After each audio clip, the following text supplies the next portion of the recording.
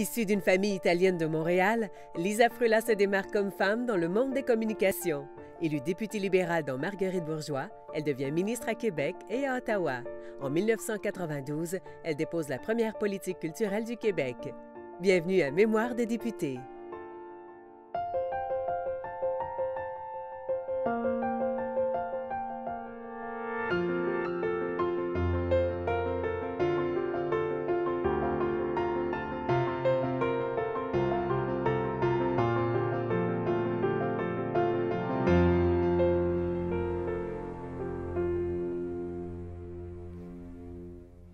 Bonjour, Mme Frula. Bonjour, bonjour, John. Merci d'être venu à Mémoire de député. Ça fait plaisir. En 1998, vous avez quitté la politique afin de travailler à Radio-Canada dans une émission qui portait votre nom. On m'avait offert cette émission-là alors que j'étais encore au Parlement. Et c'était la fin là, du deuxième mandat. Alors, c'était où je continue avec l'ère Charest. Qui m'avait accueilli d'ailleurs à bras ouverts, m'avait même offert d'être premier ministre en intérim, parce que lui n'avait pas été élu. Puis finalement, j'ai choisi de quitter la politique parce que là, on avait vécu trop d'émotions. Je me sentais comme un citron pressé, là. J'avais plus de jus. Pas compliqué. Après tous les événements qu'on avait vécus, les deux référendums dans deux mandats. Le départ, une chefferie avortée, mais quand même une chefferie, le retour de Daniel, perd les élections, le référendum, Lucien Bouchard, l'avenue de Lucien Bouchard. Lucien Bouchard qui se fait opérer, perd sa jambe. Je veux dire, moi, je vis ça, là.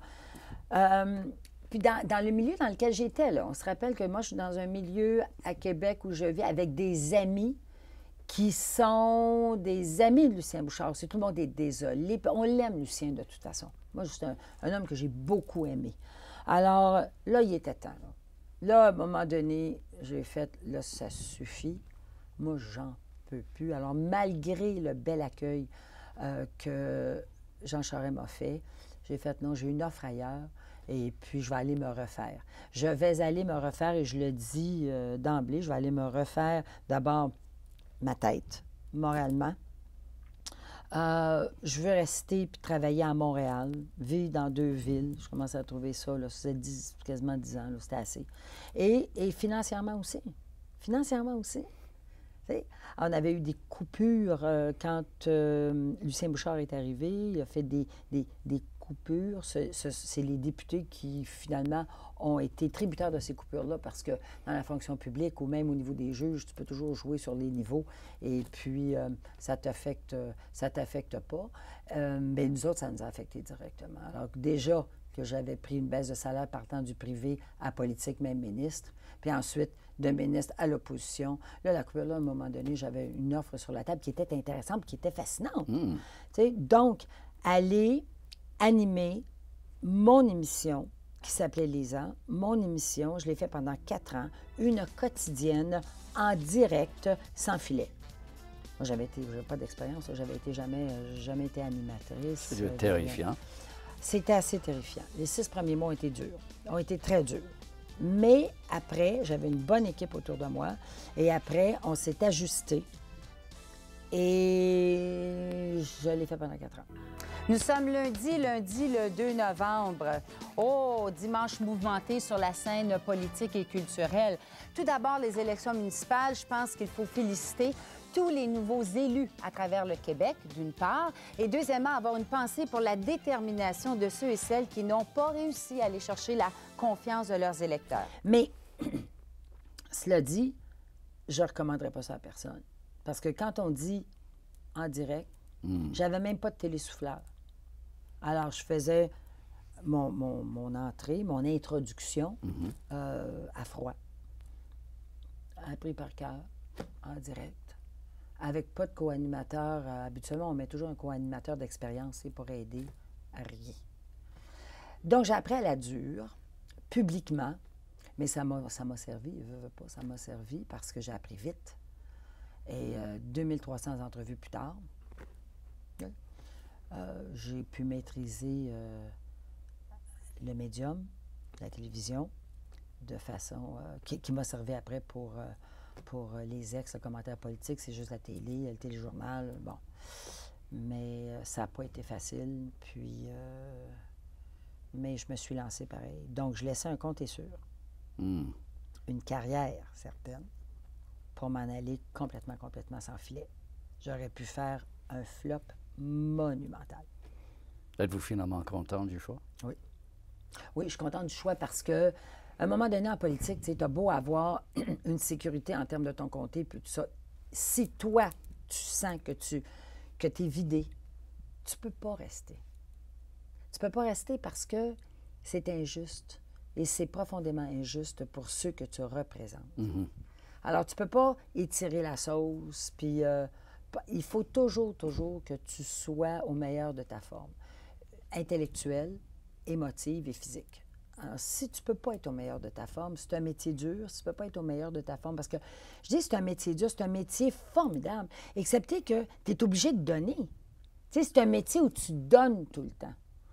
Alors, pour donner, il faut que tu sois en forme, puis il faut que tu sois très centré, hein, très équilibré à tout point de vue.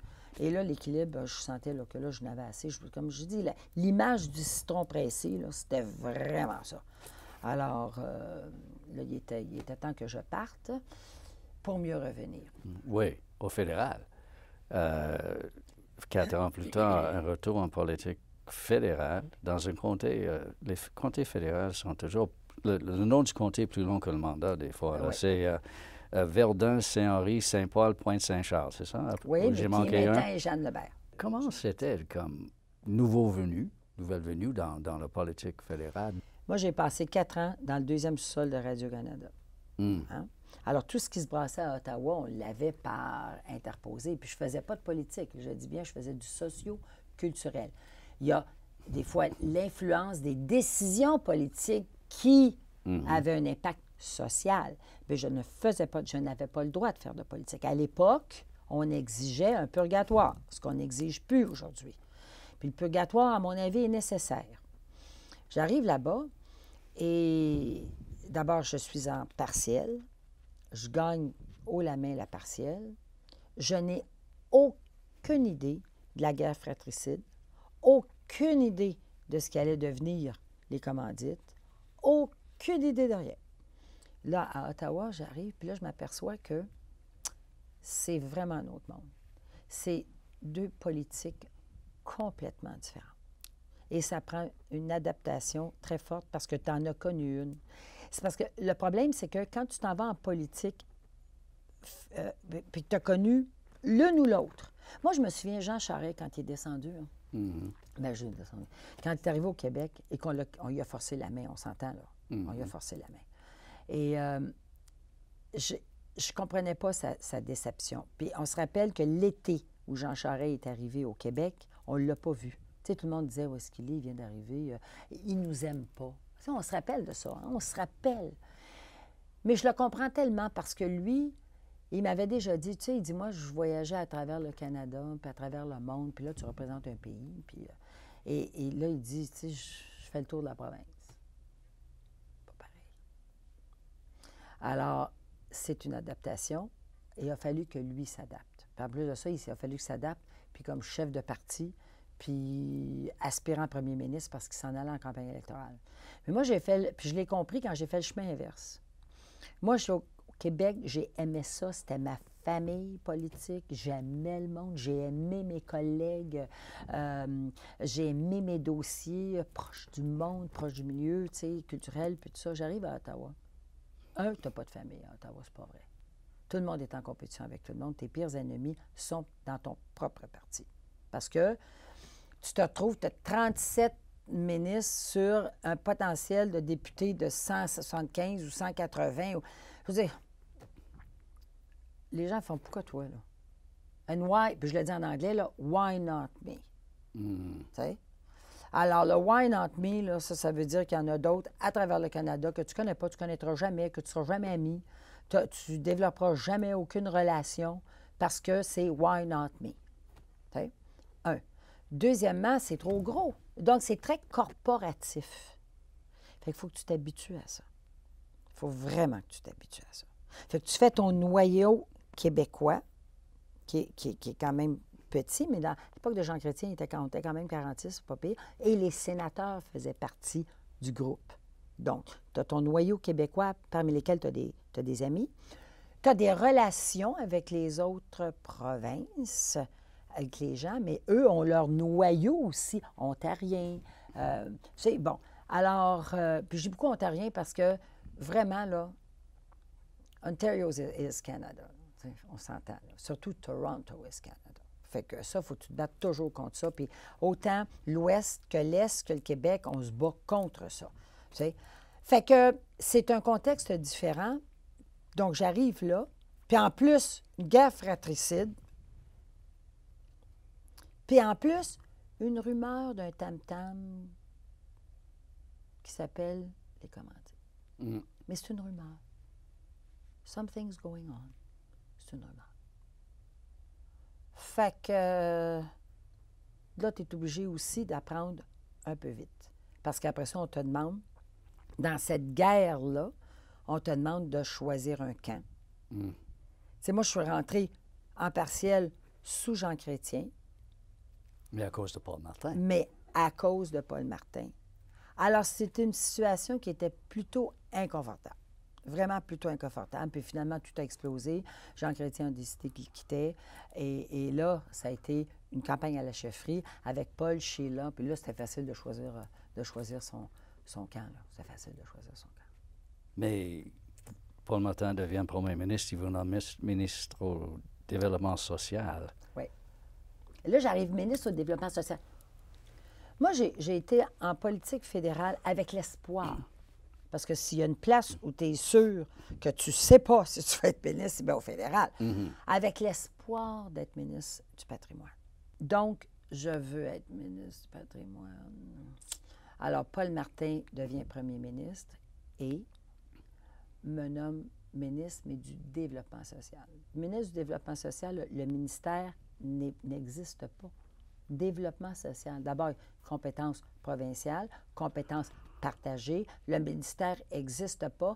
Ce qu'il a fait, c'est que c'était l'immense ministère de Jane Stewart, là, où il y avait eu ça aussi, là, qui englobait tout le côté développement social. C'est un ministère je pense que c'était un ministère d'à peu près 30 milliards. C'était immense. Puis il y avait des problèmes. Alors, il avait décidé de scinder les deux. Bon. Moi, je n'existe pas, là. Le développement social n'existe pas. J'arrive ministre à Ottawa. Quand même habitué d'être ministre au Québec avec une belle structure. Puis j'arrive ministre à Ottawa. Et mon collègue Joe Volpe, gros organisateur, Toronto, de l'expérience, de la gang d'Italiens, il arrive. Lui, on lui donne le côté emploi. Hein? Lui arrive, prend le bureau qui existe, le sous-ministre qui existe, la structure qui existe, puis tout ça. Et moi, ma nouvelle sous-ministre qui vient d'être nommée, mon chef de cabinet, on se retrouve dans le corridor. On partage un bureau. Puis là, on fait quoi? Là, je me dis, je me retrouve ministre à Ottawa. C'est pas rien être ministre à Ottawa. C'est pas rien, là. Il faut quand même se le dire. C'est comme un plus gros que Québec.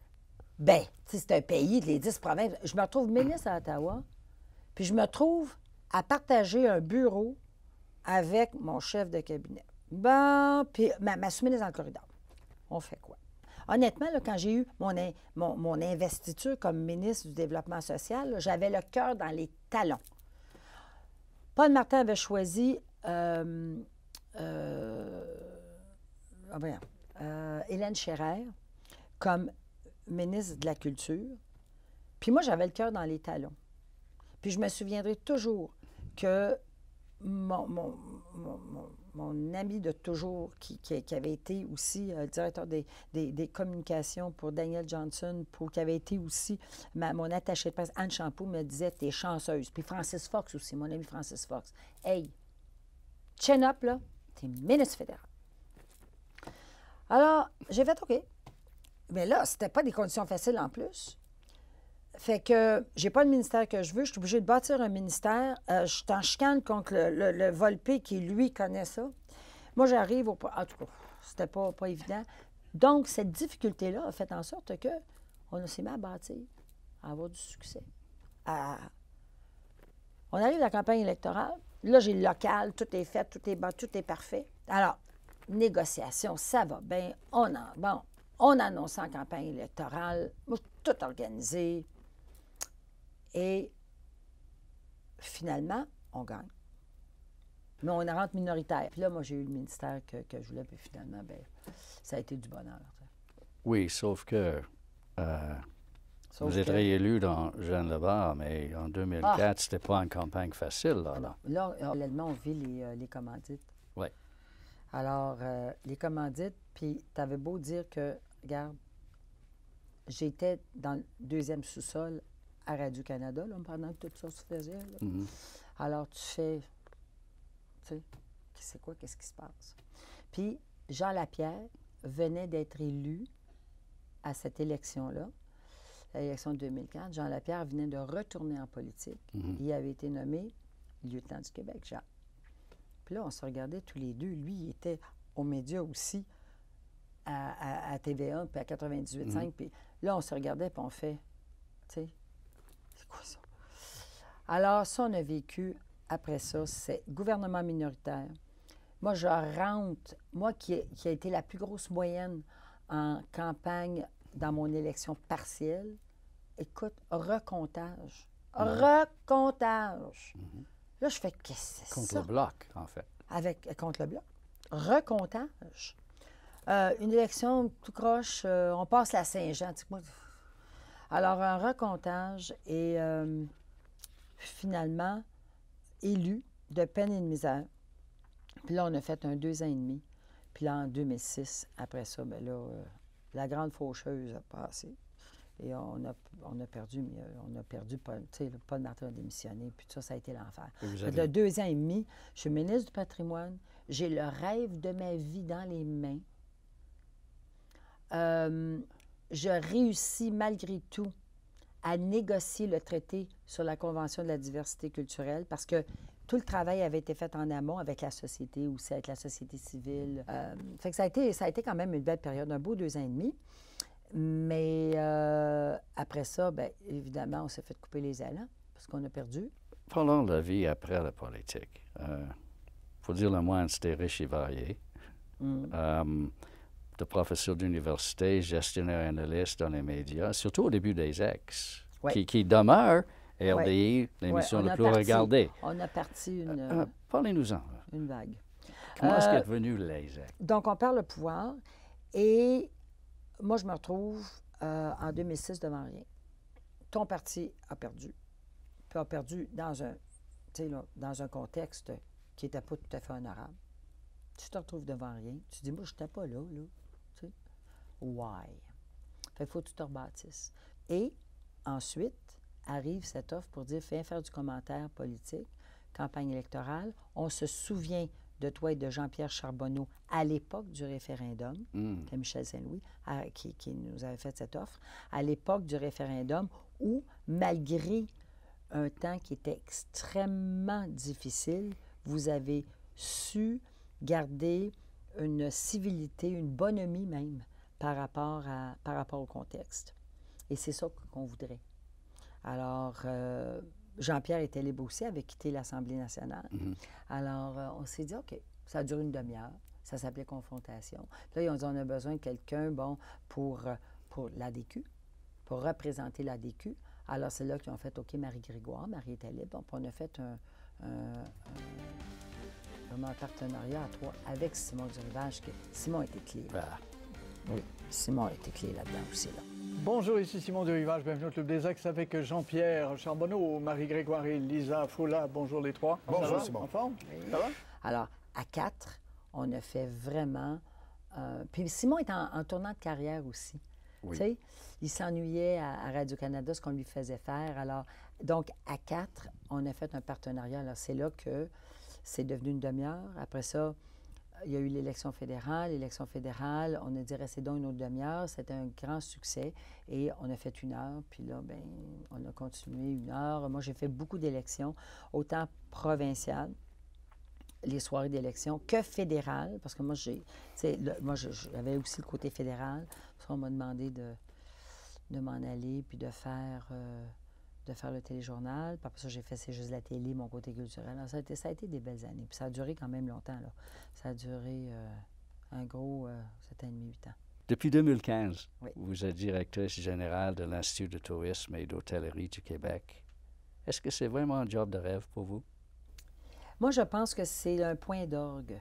C'est-à-dire que ça, où je suis actuellement, là, ce que ça fait, c'est que ça réunit plusieurs choses, tu sais, plusieurs expériences de vie et formation aussi, là, que j'ai fait au travers tout ce cheminement-là.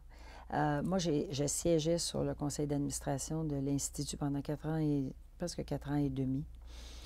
J'ai toujours adoré cette institution qui est la plus grande école hôtelière au Canada, qui est unique en son genre parce que c'est la seule institution. On donne des cours de sommellerie, de gastronomie, de gestion hôtelière ailleurs, excepté que c'est la seule institution qui est vouée uniquement à ça. Institut de tourisme et d'hôtellerie. Uniquement à ça. Il n'y a pas d'autres métiers ici afférents, il n'y a pas d'autres... C'est uniquement ça. Et c'est pour ça qu'elle est reconnue non seulement au niveau du Québec ou nationalement, mais internationalement. C'est la plus grande école. Avant de se quitter, comment voyez-vous votre implication en politique pendant toutes ces années? Êtes-vous heureuse de ce que vous avez fait? Bien, écoutez, moi, c'est difficile de se dire comment nous autres, on se voit. Je pense que comment les autres nous voient. C'est-à-dire que moi, je peux dire oui. Je pense que j'ai apporté, puis j'ai légué aux autres je dirais, le mandat de continuer, là, si on veut, là, la possibilité de continuer, puis de développer, puis de faire encore mieux. C'est passer au suivant. Alors, quand en 2015, j'ai été reçue premier compagnon des arts et des lettres du Québec, parce qu'on venait d'instituer le prix compagnon des arts et des lettres pour ceux qui se sont signalés au niveau culturel du Québec. Et comme j'avais fondé, et c'était l'anniversaire du Conseil des arts et des lettres, alors à ce moment-là, j'ai été la première à le recevoir. Je l'ai reçu avec beaucoup d'émotion. L'année passée, j'ai été reçue officier de l'Ordre du Québec, toujours pour l'action politique culturelle. J'ai été élue subséquemment sur le conseil d'administration de l'Ordre du Québec. Alors, donc ça aussi, là, pour représenter la région de Montréal et Laval. Et donc, c'est nous qui passons au suivant parce qu'on c'est nous qui considérons les candidatures qui nous sont présentées. Et au moment de nous mettre en onde, et le 1er juillet, je reçois l'Ordre du Canada. Pour les mêmes raisons? Pour, oui, toute l'action culturelle, pour avoir fait en sorte aussi que le Canada soit le premier pays à signer la Convention sur la diversité des expressions culturelles. Je l'avais dans la tête, il fallait que le Canada soit le premier pays à signer. Alors est-ce que je suis fière de ce que j'ai fait? En tout cas, je suis fière des honneurs qu'on me donne. Même si c'est dur des fois, la politique. Oui, mais la politique, c'est dur, c'est parfois très injuste, sauf que les reconnaissances. Si les gens disent « Ah, ouais, mais ça, non, ça compte pas. » Pas vrai. Les reconnaissances que l'on reçoit sont je dirais, un baume sur ce qui est difficile et un immense cadeau pour ce qu'on a fait, en fonction de tout ce qu'on a fait, de tous les sacrifices aussi, des sacrifices familiaux, des sacrifices financiers, des sacrifices, je dirais même certains sacrifices intellectuels, parce que tu n'as pas la liberté que j'ai eue après ça, quand j'ai fait de la télé, puis que j'ai fait du commentaire. Alors, ouais, c'est très gratifiant. Merci, Mme Follin. Plaisir.